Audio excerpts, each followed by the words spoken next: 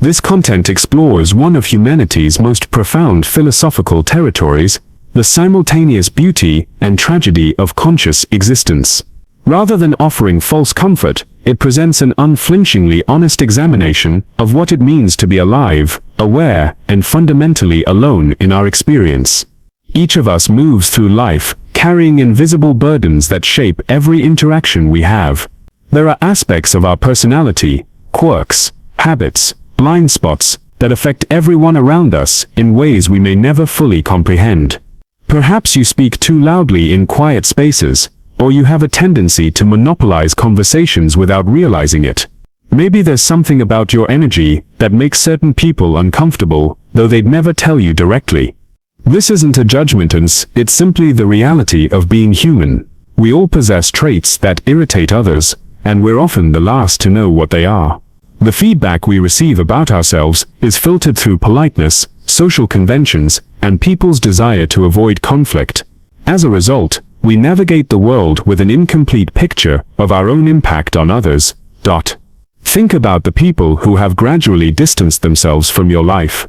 While you might attribute it to changing circumstances or natural drift, sometimes the reasons run deeper. There might be patterns in your behavior, ways you respond to stress, handle disagreement, or express emotions that push people away without you ever understanding why. This lack of self-awareness isn't a personal failing, it's a fundamental limitation of human consciousness. We experience ourselves from the inside, where our motivations feel reasonable and our reactions justified. Others experience us from the outside, where they see only our actions and their effects. This gap between internal experience and external impact creates a permanent mystery at the heart of every relationship. Even more isolating than our blind spots is the absolute privacy of consciousness itself. Right now, as you read these words, you're having an experience that no other being in the universe can access. Your thoughts, your emotional responses, the particular way these ideas resonate with your personal history, all of this is locked away in the vault of your individual awareness. You carry secrets that you've never shared with anyone. Some are deliberate choices, moments of shame, desires you consider inappropriate, thoughts that would change how others see you, but others are simply untranslatable. How do you explain the exact quality of your loneliness, the specific texture of your anxiety, the particular way music moves through your body, or how certain memories feel when they surface unexpectedly? Language, our most sophisticated tool for connection, proves inadequate when we try to bridge the gap between inner worlds. We use the same words, love, fear, hope, sadness, but each person's version of these experiences is as unique as their fingerprint. When you say you're afraid, others hear their own version of fear, not yours. When you express joy, they translate it through their own understanding of what joy means. This creates a paradox. We desperately want to be understood, yet the very nature of consciousness makes complete understanding impossible. We're all broadcasting on frequencies that no one else can perfectly receive. The closest we come to genuine connection is in those rare moments when someone's response makes us feel less alone in our experience. But even then, we can never be certain they truly comprehend what we're trying to communicate. If we can't fully know others, and they can't fully know us, perhaps we can at least know ourselves completely. Unfortunately, this too proves to be an illusion. The human mind is not a transparent system where all processes are visible to conscious awareness. Most of what drives our thoughts, decisions, and reactions operates below the surface of recognition. Consider your preferences. Why do you like certain foods, feel drawn to particular types of people, or find some activities deeply satisfying while others leave you cold? You might have explanations, but how accurate are they really? Our brains constantly construct narratives to make sense of our behavior, but these stories are often elaborate fiction designed to maintain a sense of coherent identity. Childhood experiences shape us in ways we're still discovering decades later. Genetic predispositions influence our reactions to situations in subtle but powerful ways. Cultural conditioning creates assumptions we mistake for personal choices. The unconscious mind processes information, makes connections, and influences decisions through pathways that remain largely invisible to our conscious awareness. Even our memories, which seem like direct access to our past selves, are unreliable narrators. Each time we recall an event, we reconstruct it slightly differently, influenced by our current mood, recent experiences, and evolving understanding of ourselves. The person you think you were 5 years ago is partly a creation of who you are today, projected backward onto incomplete and modified data. This means that self-knowledge is always provisional, always incomplete. Just when you think you understand your patterns and motivations, life presents situations that reveal new aspects of your personality. The person you discover yourself to be under extreme stress might surprise you. The values you thought were fundamental might prove more flexible than you imagined. The goals that once seemed essential might lose their meaning entirely. Our inability to fully know ourselves or others might be tolerable if we could at least trust our understanding of the world around us. But consciousness, for all its remarkable capabilities, is fundamentally unreliable when it comes to perceiving reality accurately. We don't experience the world directly, we experience our brain's interpretation of sensory data, filtered through expectations, assumptions, and cognitive shortcuts. Consider how rarely your first impression of a situation proves completely accurate. That person who seemed difficult in your initial meeting might reveal entirely different qualities once you understand their context. The opportunity that appeared perfect might contain hidden complications. The threat that kept you awake at night might prove to be largely imaginary. Our brains evolved, not for accurate perception, but for survival.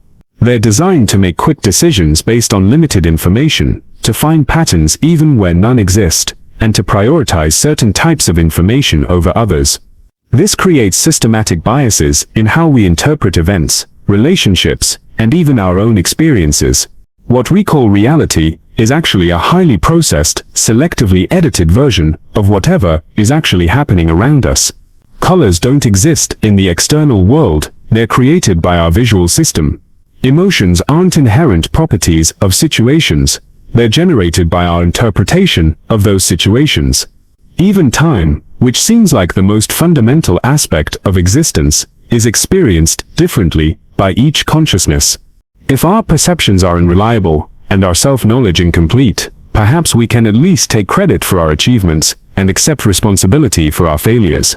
But even this consolation dissolves under careful examination. Nearly everything that defines your life, your abilities, opportunities, challenges, and circumstances, results from factors beyond your control. You didn't choose when or where to be born, who your parents would be, what genetic makeup you'd inherit, or what early experiences would shape your developing brain. You didn't select the culture that would provide your initial worldview, the economic conditions that would define your opportunities, or the historical moment that would frame your entire existence. Even your efforts to improve your situation depend on capabilities and motivations that you didn't create.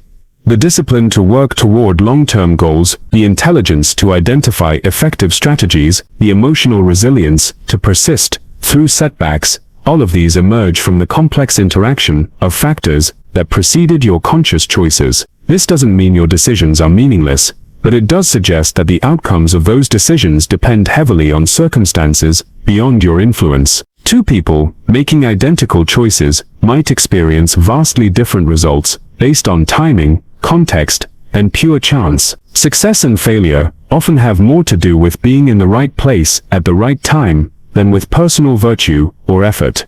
Given all these limitations and uncertainties, perhaps the solution is to focus on achieving happiness, that elusive state where all problems are solved and contentment reigns supreme.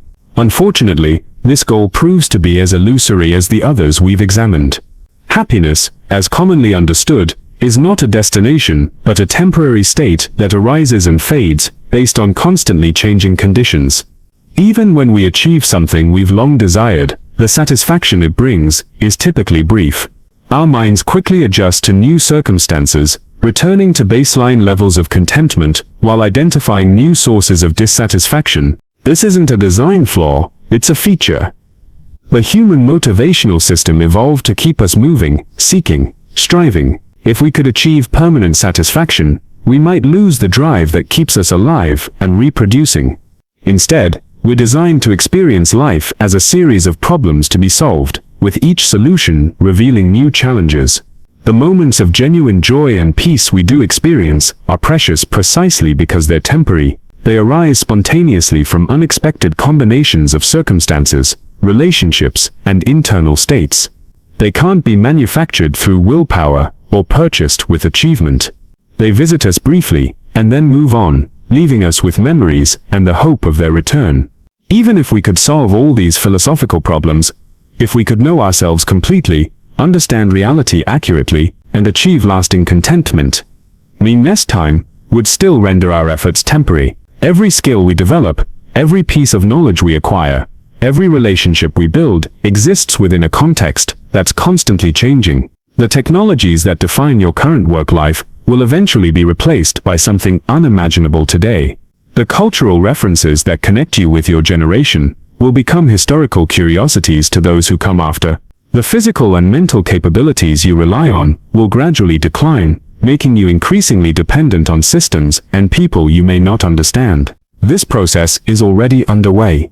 Think about how many formerly essential skills, using maps, memorizing phone numbers, calculating tips, without a calculator, must have been made obsolete by technology.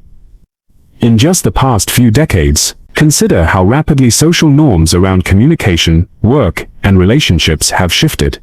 The pace of change continues to accelerate, making adaptation an ongoing necessity rather than a one-time challenge.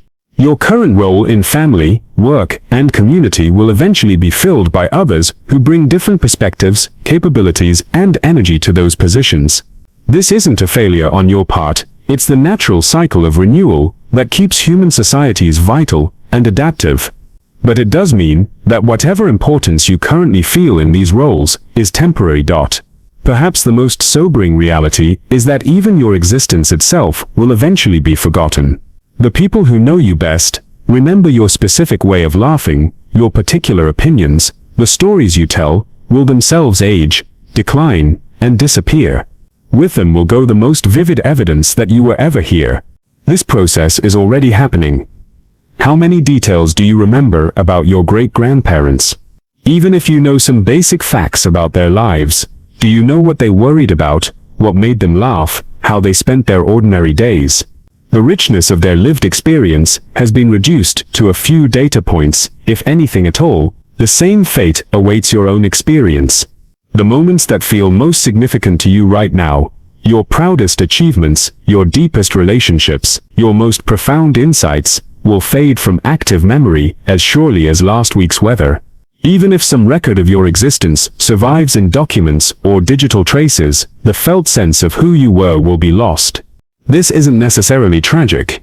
It's simply how consciousness works in a universe where new experiences constantly replace old ones. Each generation must discover life's basic truths for themselves, because the subjective understanding of what it means to be human can't be directly transmitted. It must be lived.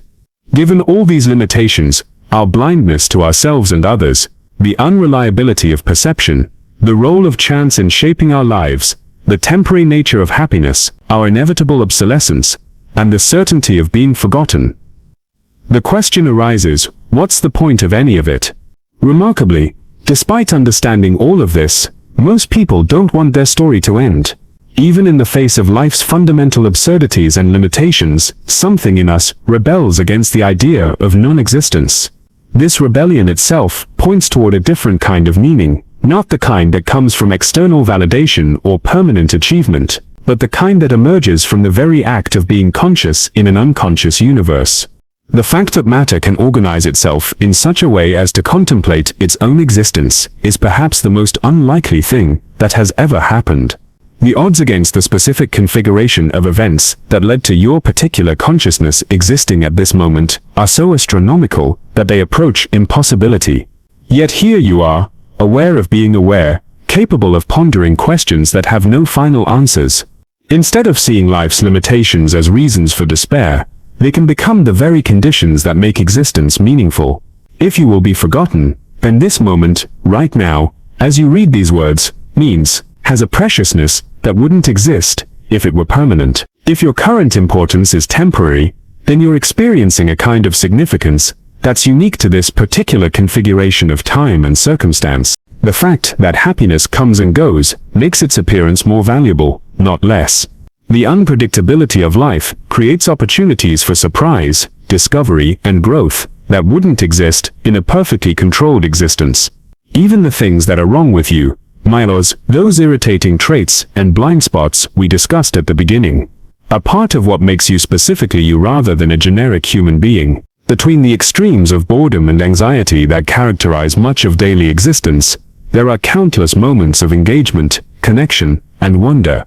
The taste of food when you're genuinely hungry, the relief of solving a problem that seemed impossible, the unexpected kindness of a stranger, the way light falls through a window at a particular time of day, the feeling of understanding something new about yourself or the world.